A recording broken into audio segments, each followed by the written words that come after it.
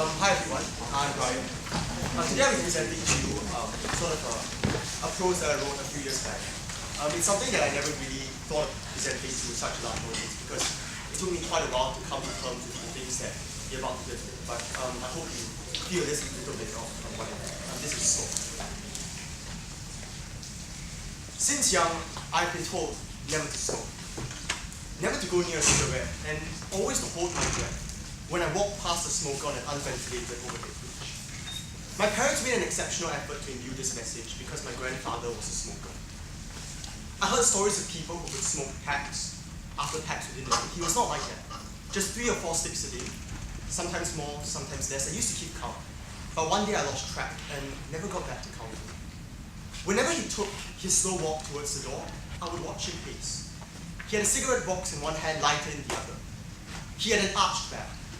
It was as if he had to carry every single cigarette he had smoked in his life on it. Sometimes, as he walked out, he would pass my domestic helper a few dollars, and she would run to the nearby market to buy him a few extra packs.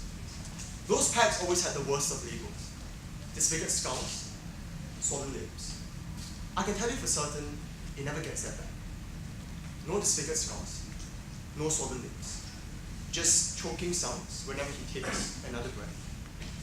Coughing, panting whenever he took a few steps, and eventually lying in a hospital bed with an oxygen mask that force feeds him air and muffles his already faint voice.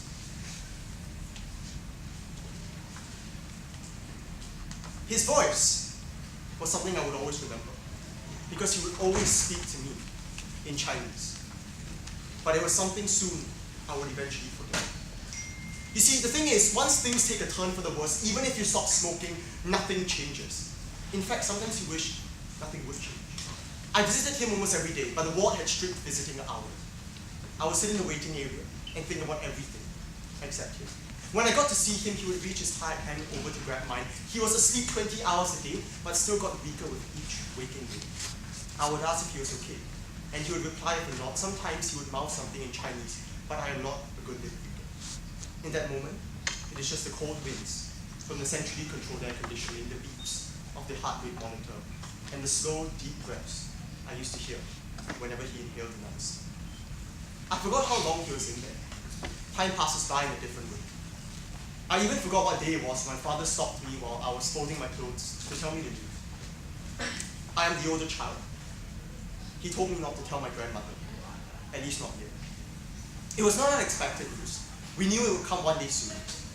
But when it actually does, no matter how much time you spend trying to prepare for it, it never quite feels the same. I remember that moment.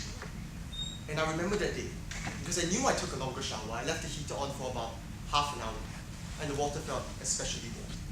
I stood in the shower, leaned against the stone cold walls, let the water flow down my skin, and let myself be shrouded in smoke like vapor.